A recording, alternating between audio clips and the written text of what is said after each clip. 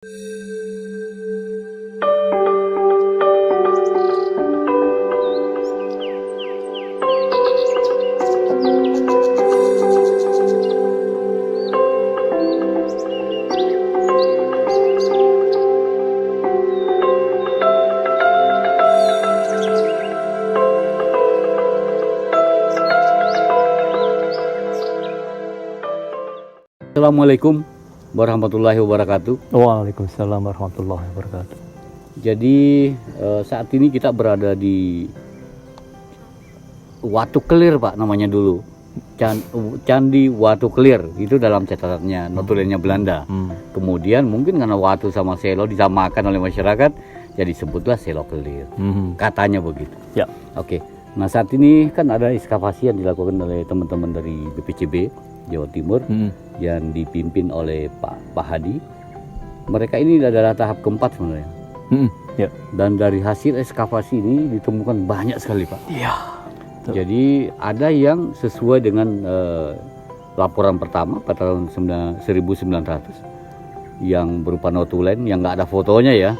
Karena foto itu muncul 15 tahun kemudian, kata Pak Hadi, seperti itu. Ya. Nah, tetapi apa yang mereka catat pada saat itu justru kita temukan pada saat ekskavasi. Artinya pernah tertimbun. Ya. Oke. Dari temuan-temuan itulah akhirnya kita bisa melihat bahwa susunan batu yang ada saat ini yang kita lihat itu tidak seperti yang sebenarnya. Jadi merupakan susunan baru. Ada beberapa lapisan batu itu justru tidak ada fondasinya. Nah, setelah teman-teman dari BPCB melakukan ekskavasi, ditemukanlah fondasi-fondasi itu, dan akhirnya ditemukan secara meluas, baik ke depannya maupun ke atasnya. Sehingga kita temukan ada beberapa semacam turap ya, tapi dia berhias, sangat raya dengan hiasan. Nah, selain itu di dalam ekskavasi ini yang sudah ke tahap keempat ini, itu juga ditemukan batu angka tahun. Oh ya. Ada 3, tapi semua angka tahunnya berbeda. Iya, betul. Nah, ini hal-hal ini yang perlu nanti Pak Lutfi sampaikan kepada viewer kita supaya tahu apa sih yang ada di Watu Kelir atau Selo Kelir ini. Silakan, Pak. Iya, Pak Said. Ya. Jadi kalau kita berbicara mengenai tinggalan atau kepurbakalaan dari masa Hindu-Buddha, khususnya periode Majapahit, sebenarnya di Jawa Timur ini ada sejumlah tempat atau situs yang juga memiliki kandungan angka tahun yang bervariasi. Nah, sebelum saya melangkah ke Penanggungan, saya ingat Candi Panataran di Blitar. Di Kompleks Candi Panataran itu kita mendapatkan data yang luar biasa menarik, karena angka tahun yang kita temukan di sana secara in situ atau asli tempatnya itu banyak. Dimulai dari periode yang awal itu bahkan kalau terkait dengan struktur bangunannya itu yang tertua bertanggal atau bertahun 1240 Saka. Jadi itu mulainya. Kemudian yang paling akhir itu ada di bagian belakang di kolam, itu bertanggal bertahun 1337 Saka. Nah, ini contoh bahwa pada satu kompleks bangunan masa Hindu-Buddha terdapat beberapa angka tahun itu memang pernah terjadi. Nah, khusus di Penanggungan, ternyata kita juga mendapatkan di situs yang lain selain di Watu Kelir atau Selo Kelir ini, tapi juga ada misalnya antara lain di Candi Kendali. Kendali Sodo. Bukan, Kendali saja. Di Kendali ya. Di Kendali. Itu juga ditemukan 2 angka tahun. Artinya di sini kita melihat bahwa proses pembangunan atau proses pemanfaatan dari bangunan suci di Penanggungan, Pawitra, tidak selalu hanya satu kali bangun kemudian selesai. Tapi ada kemungkinan yang terjadi, yaitu pembangunan yang dilanjutkan pada masa-masa selanjutnya. Nah, jadi ini menarik sekali bahwa ketika kita mendapatkan data angka tahun yang bervariasi dan menunjukkan adanya kesinambungan dalam hal entah itu penambahan bangunan atau pelaksanaan kegiatan ritual keagamaannya, ini menunjukkan bahwa masyarakat Jawa kuno pada masa Majapahit setidaknya itu memperhatikan bangunan-bangunan suci di Penanggungan, di Pawitra itu dengan sangat intensif. Oh, iya. Tetapi itu kan ditemukan di beberapa tempat, Pak. Berbeda. Masalahnya di Watu Kelir ini ditemukan di satu tempat, ya, di satu candi, angka tahunnya 3. Nah ini juga kalau hal itu disebutkan adalah kelanjutan dari pembangunan sebuah tempat suci, jadi itu juga bisa terjadi pada sebuah bangunan suci. Betul. Entah ditambahkan fasilitasnya atau apanya gitu ya. Ya. Oke. Nah, hal lain yang menjadi perhatian kita, jadi sebelum kita melakukan ekskavasi di sini, kan kita sudah punya informasi awal bahwa di candi inilah pemerintah atau pemerintah Belanda dulu, kolonial Belanda, dinas Purbakalanya, menemukan sebuah arca yang bertekes. Tokoh yang bertekes. Iya, tokoh yang bertekes. Itu kan sekarang sudah disimpan di geologi ITB di Bandung. Itu di masanya Van Romon itu ya. Iya. Oke. Nah, ternyata setelah kita melakukan ekskavasi di sini, kita justru menemukan relief yang seperti itu, Pak. Itu banyak sekali. Jadi apakah candi ini merupakan percandian yang khusus untuk tokoh yang bertegas itu atau seperti apa? Ini perlu kita lakukan kajian. Ya, betul. Ya, oke. Perlu dilengkapi, Pak Said, bahwa ikonografi yang kita dapatkan dari Selo Kelir ini atau Watu Kelir ini bervariasi. Oke. Satu memang tokoh laki-laki yang bertegas, sangat populer. Oke. Yang kedua, tokoh dewa. Ya. Atau yang boleh dikatakan dia memang mengarah pada dewa, walaupun dari atribut kedewaannya kurang begitu jelas. Itu juga merupakan masterpiece dari Selo Kelir. Kemudian juga ada ikonografi yang lain, yaitu tokoh orang bersamadi atau orang yang sedang bertapa. Nah, tapi penggambarannya sederhana. Tambah lagi ada figur-figur figur-figur yang menurut saya sangat sederhana bentuknya dan tidak proporsional. Oh, artinya dia seperti tidak menyerupai arca di masa Majapahit. Iya, betul.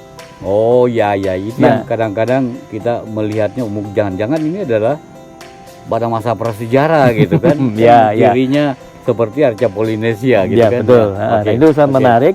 Yang terakhir adalah arca-arca dalam bentuk binatang. Oh, ya. Nah, ini semua kompleksitas dari ikonografi ini mengharuskan kita untuk melakukan kajian.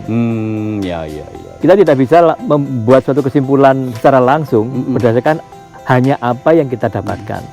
Karena kita harus tahu masing-masing arca ini diposisikan di mana dan diperlakukan bagaimana oleh masyarakat Jawa kuno pada waktu itu. Oh iya. Betul. Nah, karena juga kita harus melihat bahwa pada masa Hindu Buddha, pada masa Majapahit, kondisi sosial politik juga tidak selamanya aman. Dan begitu banyak intrik yang terjadi pada masa itu, dan itu juga berpotensi untuk terjadinya gangguan pada proses pelaksanaan ritual keagamaan di Selo Kelir dan Pawitra pada umumnya. Nah, ini yang menjadi pertanyaan yang mungkin perlu kita sampaikan kepada banyak orang atau halayak ramai, bahwa yang saya ingin tanyakan ke Pak Lutfi, kenapa kok tokoh bertekes ini tiba-tiba diidentifikasi bahwa itu adalah seorang tokoh yang sangat terkenal, yang sangat terkenal, yang sebagian orang itu menganggapnya itu Panji. Sementara kita tahu bahwa tokoh yang relief yang seperti ini, yang bertekes itu di Candi Penataran juga ada, walaupun dia bukan manusia. Apakah itu bagian dari seperti itu? Nah, ini mungkin Pak Lutfi ini perlu memberikan sedikit pencerahan kepada generasi muda dan semua supaya paham seperti apa sebenarnya. Secara singkat Pak Said, kita memang harus ikhlas menyampaikan bahwa kita harus bedakan antara manusia bertekes dan sosok yang disebut Panji. Oh iya, iya. Karena tekes dalam konteks budaya Jawa kuno itu adalah penyebutan salah satu bagian dari aksesoris berbusana yang dipakai oleh kaum laki-laki. Gaya ya? Gaya. Oke. Mode pada masa itu. Jadi artinya ada sejumlah anggota masyarakat yang memang mempunyai hak atau mempunyai peluang menggunakan model tekes itu sendiri. Oh iya, iya. Nah, yang kedua, kalau terkait dengan urusan istilah Panji, kita harus hati-hati sekali. Ya.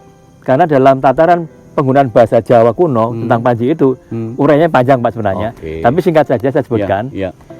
Panji itu pada masa yang sangat awal seringkali dipakai untuk menyebut suatu jabatan. Oh, jabatan. Jabatan. Bukan nama ya? Bukan nama, jabatan. Ya, ya, ya. Saya berikan contoh misalnya salah satu raja di Kadiri itu namanya Ma Panji Jayabaya. Oh iya, iya. Jadi ada kata Panji di situ. Kemudian yang kedua, Panji itu bisa sinonim dengan cihna. Cihna atau artinya tanda atau lambang. Atau kalau bahasa Indonesianya ya katakan seperti bendera begitu. Oh iya, iya, iya. Nah. Panji-panji ya. Nah betul, Oke, tepat oke, sekali. iya, iya, Nah, oke. yang berikutnya lagi, kata Panji juga bisa terkait dengan nama depan dari golongan bangsawan. Saya ingat apa yang tertulis dalam kisah para raton, bahwa dua anak laki-laki dari Ken Angrok dengan Ken Umang itu diberi nama depannya Panji.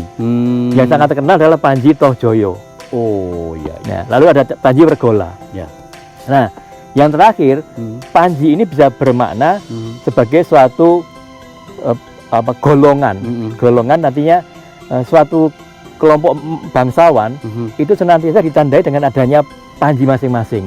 Oh iya, iya, iya. Nah, penandanya. Penandanya dia. Jadi dia punya penanda sendiri. Oleh karena itu, kalau kita bicara mengenai Panji, itu sebenarnya harus proporsional. Tidak bisa langsung klaim bahwa Panji itu hanya mewakili, apalagi seorang sosok gitu ya. Ya. Tapi yang perlu kita ingat juga Pak, bahwa Panji ini, cerita tentang Panji ini bukan hanya ada di Indonesia, tapi itu Nusantara tuh. Betul, ya? betul. Ada di Thailand, ada di Kamboja, banyak tempat. Ya. Nah itu barangkali yang perlu kita pahami bersama, bahwa jangan semena-mena kita menyebutnya seperti itu kalau kita tidak ada buktinya. Nah, terkait dengan hasil ekskavasi lagi ini, kita kan mencoba menginterpretasi secara umum, walaupun penggalian ini belum selesai ya. Iya. Masih perlu banyak tahap lagi. Kira-kira apa yang bisa diinterpretasi dari hasil penggalian ini, Pak? Ya, setidaknya dari sejumlah temuan selama ekskavasi pada tahap yang keempat ini, kita mendapatkan gambaran yang jauh lebih lengkap dibanding pada tahapan-tahapan sebelumnya, dan dibanding pula dengan informasi yang kita peroleh dari data-data masa kolonial. Nah, yang pertama berdasarkan perbandingan antara foto lama yang diberikan oleh Dinas Purbakala Belanda dengan realitas setelah ekskavasi, kita mendapatkan bahwa lapisan tanah dan teras-teras yang ada pada foto itu bukanlah menunjukkan keasliannya. Oh iya. Karena ternyata di antara tanah-tanah yang ada di foto itu adalah timbunan atau longsoran dari atas, dan struktur yang asli terpendam di bawahnya. Jadi itu yang kita peroleh, yang artinya kita masih perlu melakukan kajian lagi. Sebenarnya teras-teras yang ada pada selokelir ini yang benar berapa? Apakah mengikuti pola baku yang ada di Penanggungan dengan 5 tingkatan itu, dan di bagian paling akhir itu terdapat altarnya. Nah gitu. Apakah seperti itu atau ada hal yang spesifik lagi untuk selokelir? Nah, tafsiran yang menarik untuk kita adalah terkait dengan persoalan latar belakang keagamaan, Pak Said. Iya, betul. Ini menurut saya sangat penting sekali, karena saya selalu ingat apa yang ditulis oleh Profesor Agus Haris Munandar, bahwa beliau dulu memberikan klaim bahwa Gunung Pawitra atau Penanggungan itu adalah tempat para resi. Nah, namun menarik data yang kita boleh di Selokelir. Yang pertama kita mendapatkan arca-arca yang secara ikonografi sulit untuk diklaim ini Hindu atau Buddha. Yo. Ini pertama. Yang kedua, kita mendapatkan satu buah yoni. Oke. Nah, dalam paham Hindu, yoni ini jelas merupakan bagian penting karena dia merupakan pasangan dari lingga. Artinya ini adalah menunjukkan latar belakang Hindu. Nah, yang ketiga tentang resi. Data terakhir kita pada ekskavasi ini, kita mendapatkan relief yang menggambarkan seorang resi. Seorang resi. Dia berpenampilan seperti seorang pendeta. Kemudian dia membawa genta. Nah, bawa genta. Jadi ini di samping itu, di depan sang resi ini terdapat gambaran sejumlah perlengkapan upacara. Bahkan ada kepala kerbau. Betul. Nah, itu menarik sekali. Artinya kita melihat bahwa ada unsur non Hindu, ada unsur Hindu, ada unsur resi. Nah, yang terakhir ini yang perlu kita cermati, karena pada masa Majapahit akhir, Majapahit, ajaran Buddha itu tidak selalu real, tidak selalu nyata. Artinya tidak dipahatkan di. Nah, tidak selalu begitu, tapi suci, gitu. Tapi dia mewarnai. Jadi artinya kita harus berhati-hati, kita harus mengkaji dengan sangat cermat. Apakah memang di wilayah Selogelir ini dan Pawitra pada umumnya itu kita memang bisa klaim bahwa hanya untuk resi saja atau hanya untuk aliran tertentu saja, karena realitanya secara arkeologi kita mendapatkan data yang lebih lengkap. Makanya Pak, itu ada yoni kan, betul, tidak mencirikan keresian itu. Iya. Jadi memang perlu banyak kajian, banyak referensi. Betul. Justru kita harapkan dengan data yang kita peroleh melalui kajian ekskavasi ini memperkaya bagi kita untuk melakukan kajian agar lebih proporsional kita memberikan narasi untuk tinggal-tinggalan di Penanggungan. Nah, ini mungkin yang perlu kita sampaikan kepada viewers kita. Kan mereka tidak semuanya mengerti tentang kebudayaan. Ada levelnya dari anak kecil sampai dewasa gitu. Kita bisa menginformasikan. Jadi tadi 3 aliran agama yang ada itu, ada Buddha, ada Hindu, ada Karesian. Nah, ini yang perlu kita perjelas. Ini Karesian itu apa sih sebenarnya? Singkat Pak ya. Jadi pada masa Majapahit kita beruntung sekali terdapat KKW Nagara Kertagama yang menjelaskan bahwa pejabat yang menangani persoalan agama Saiwa atau Hindu itu ada sendiri namanya Dharma Dyaksa Ringka Saiwan. Kemudian untuk masalah agama Buddha ada pejabat namanya Dharma Yaksa Ringka Sogatan. Adapun untuk agama resi ada pejabat namanya Mantri Herhaji. Herhaji. Loh, kayak Islam Pak. Nah, iya, hajinya sama. Iya. Tapi ini Herhaji disambung. Nah, artinya pada masa Majapahit itu pemerintahan kerajaan Majapahit menaruh perhatian terhadap agama resi ini. Yang kita juga perlu mengkaji lagi penggunaan kata resi ini sebenarnya mengandung tanda tanya sebenarnya. Karena kata resi itu diambilkan dari kosakata Sanskerta. Dan kita tahu salah satu tokoh penting dari India yang ditugaskan ke bagian selatan adalah Resi Agastya. Bagian dari Saptaresi. Nah, apakah resi-resi yang ada di Nusantara itu sama dengan yang dari India itu, atau kita mempunyai resi-resi yang ala Indonesia? Lokal jenis ya Pak? Iya, lokal jenis. Karena jujur Pak, dalam data tekstual, baik itu prasasti, kakawin, kidung, kita mendapatkan banyak sekali nama bangunan suci. Di antara nama-nama itu bisa dialamatkan atau terkait dengan para resi itu. Nah, bahkan yang Gua Pertapaan Pak. Betul. Bahkan yang menarik mungkin Pak Said pernah ingat, di wilayah Probolinggo bagian selatan ada Candi Kedaton. Betul. Dan di sana dipahatkan seorang resi atau seorang pendeta dalam penggambaran telanjang. Itu di India masih ada Pak. Nah, oleh karena itu seperti itu. Apakah kita dengan mudah mengklaim wah ini pasti India? Jangan-jangan di Indonesia juga ada sektor seperti itu. Saya boleh tanya nggak Pak? Boleh Pak. Boleh ya. Itu supaya adil Pak. Ya.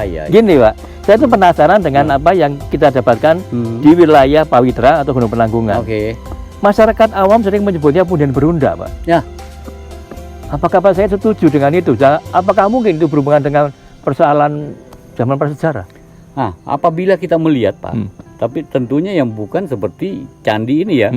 Kan kita tahu bahwa banyak candi yang berundak 5. Ya. Tapi bukan itu yang disebut punden berundak Pak. Oh gitu? Bukan itu. Jadi bagaimana? Jadi punden berundak itu adalah tradisi masa prasejarah atau tinggalan masa prasejarah. Dia berbentuk, dia bisa temu gelang, dia bertingkat seperti itu. Tapi tidak ada bangunannya Pak. Oh gitu? Ya, itu agak berbeda. Oke. Istilah punden juga ya. Punden dalam istilah prasejarah dengan punden yang sebagaimana dikenal oleh masyarakat sekarang ini sebagai tempat dia melaksanakan ritual itu agak berbeda Pak. Oke. Ya, jadi punden berundak sama punden tempat melakukan ritual itu agak berbeda. Oh baik, terima kasih Pak Zai. Nah, punden yang ada di Pawitra ini itu memang masih apa Pak, menjadi pertanyaan bagi kami prehistorian. Jangan-jangan budaya yang ada di Pawitra ini berlangsung dari awal Pak. Dari masa prasejarah terus meningkat masa klasik ya kan? Iya. Nah, bisa seperti itu. Dan pada akhir-akhirnya kita lihat beberapa tinggalan yang mencirikan Kalamerdaka itu menjadi nisan di masa Islam Pak. Iya, betul, ya kan? betul. Di mana kita tahu bahwa budaya itu kan berkesinambungan tuh. Iya. Walaupun dia berbeda, ya sektenya berbeda, alirannya berbeda, tapi budaya itu tetap diadaptasi. Iya, betul. Nah itu yang perlu kita pahami bersama. Iya, saya bertanya karena begini Pak, dari foto-foto yang diberikan oleh Dinas Purbakala Belanda itu terdapat sejumlah candi atau punden di wilayah Pawitra ini yang bagian bawahnya itu dibangun dengan batu-batu yang apa adanya. Batu-batu katakan apa? Batu gundul begitu ya. Baru pada bagian puncaknya itu ada altar yang dibangun dengan batu yang bagus gitu. Itu dia, itu adalah salah satu bentuk adaptasi manusia. Karena kalau dia mau mencari balok batu yang disebut Watu Gilang, dia harus turun gunung Pak, mencari itu. Nah, jadi memanfaatkan apa yang ada di lingkungannya. Baik. Jadi dia bisa saja dia adaptasi, bisa karena determinasi lingkungannya, ya kan seperti itu. Ya. Oke. Mau tanya lagi Pak? Sudah cukup Pak. Oke.